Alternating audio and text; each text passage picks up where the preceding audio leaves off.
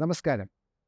True health expert ഒപ്പീനിയനിലേക്ക് സ്വാഗതം. ഇന്ന് നമ്മോടൊപ്പമുള്ളത് professor N Roy, head of the department of radio diagnosis, Sree Gokulam medical college, Venjaramoodu. Roy sir, സ്വാഗതം.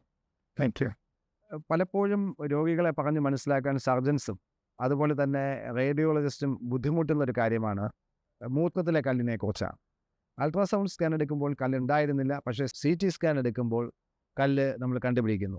Ultrasound സ്കാനിൽ കല്ലില്ല എന്ന് പറഞ്ഞ് surgeon അല്ലെങ്കിൽ ഫിസിഷ്യൻ കുറച്ച് മരുന്നുകളും കൊടുത്ത് വിടുന്നു. തിരിച്ച് രോഗിക്ക് രോഗശമനം ഉണ്ടാകാത്തത് കാരണം വീണ്ടും വരുന്നു. അപ്പോൾ നമ്മൾ CT എടുക്കുന്നു. പലപ്പോഴും രോഗികളെ അല്ലെങ്കിൽ നോൺ മെഡിക്കോ അല്ലെങ്കിൽ ഈ മെഡിക്കൽ വിദ്യാഭ്യാസ രംഗവുമായി ബന്ധപ്പെട്ട് നിൽക്കാത്ത ആൾക്കാരെ ഇത്തരം കാര്യങ്ങൾ പറഞ്ഞ് മനസ്സിലാക്കാൻ വളരെയധികം ബുദ്ധിമുട്ടിട്ടുണ്ട്. സാറിൻ്റെ അനുഭവത്തിൽ അങ്ങനെയുള്ള അനുഭവമുണ്ടോ? വളരെ പ്രസക്തമായ ചോദ്യമാണ്. മൂത്രാശയ കല്ലുകൾ എന്ന് പറയുമ്പോൾ കല്ലുകൾ കിഡ്നിയിലായിരിക്കാം, യൂറേറ്ററിലായിരിക്കാം, യൂറിനറി ബ്ലാഡറിലായിരിക്കാം. ഇപ്പോൾ കിഡ്നിയിലുള്ള സ്റ്റോൺസ് അഥവാ കല്ലുകൾ തന്നെ അതിൻ്റെ ഘടന വ്യത്യാസമുണ്ട്. അതിലിപ്പം കാൽഷ്യത്തിൻ്റെ അളവ് കൂടുതലാണെങ്കിൽ നമുക്ക് അൾട്രാസൗണ്ടിൽ കാണാൻ എളുപ്പമാണ്. പക്ഷേ കാൽഷ്യത്തിൻ്റെ അളവ് കുറഞ്ഞ ഒരു സ്റ്റോൺ അൾട്രാസൗണ്ടിൽ കാണാൻ ബുദ്ധിമുട്ടായിരിക്കും. അത് CTയിലായിരിക്കും കൂടുതൽ കാണുന്നത്. ഈ ഒരു നോളേജ് സാധാരണ രോഗികൾക്ക് ഇല്ലാത്തത് കൊണ്ടാണ് ഇങ്ങനെ ഒരു അഭിപ്രായം വരുന്നത്. എപ്പോഴും CT കിട്ടുന്ന സ്റ്റോൺസിൻ്റെ അത്രയും അൾട്രാസൗണ്ടിൽ കിട്ടണമെന്നില്ല. അത് എല്ലാവരും മനസ്സിലാക്കിയിരിക്കുന്നത് നല്ലതാണ്.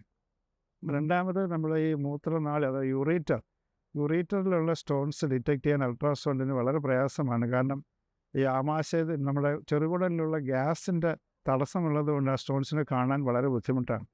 അവിടെ യൂറേട്രിക് സ്റ്റോൺസും നമ്മൾ CT സ്കാനിലാണ് കാണാനായിട്ട് പറ്റുന്നത്. അപ്പോൾ അൾട്രാസൗണ്ടിൽ യൂറേട്രിക് സ്റ്റോൺ കണ്ടില്ല എന്ന് പറയുന്ന ഡോക്ടർ കുറ്റം പറയുന്നത് അത് ഒട്ടും ശരിയല്ല.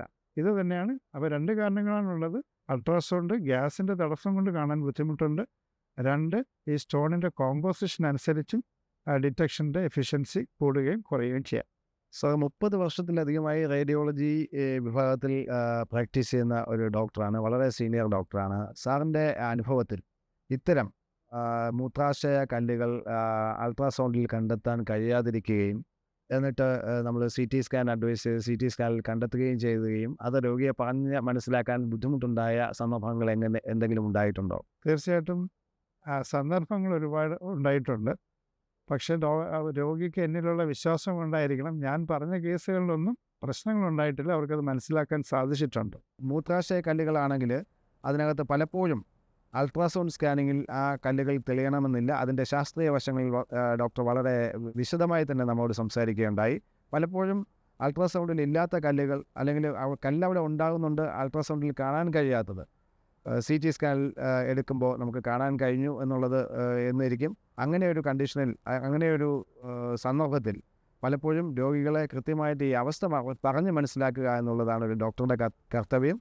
പലപ്പോഴും അങ്ങനെയുള്ള സാഹചര്യങ്ങളിൽ രോഗികൾക്ക് എന്തുകൊണ്ടാണ് അൾട്രാസൗണ്ടിൽ ഈ കാര്യങ്ങൾ അല്ലെങ്കിൽ അൾട്രാസൗണ്ട് സ്കാനിങ്ങിൽ ഈ കല്ലിൻ്റെ ചിത്രം തെളിയാതിരുന്നത് എന്നുള്ളത് ഡോക്ടർ ശാസ്ത്രീയമായി മനസ്സിലാക്കി കൊടുത്തു കഴിഞ്ഞാൽ ഈ പ്രശ്നങ്ങൾക്ക് നല്ല രീതിയിലൊരു പരിഹാരമുണ്ടാകുമെന്നാണ് റോയ് സാർ പറയുന്നത്. താങ്ക് യു റോയ് സാർ, നിങ്ങളുടെ ട്രൂ ഹെൽത്ത് ചാനലുമായി സഹകരിച്ച്. തീർച്ചയായും.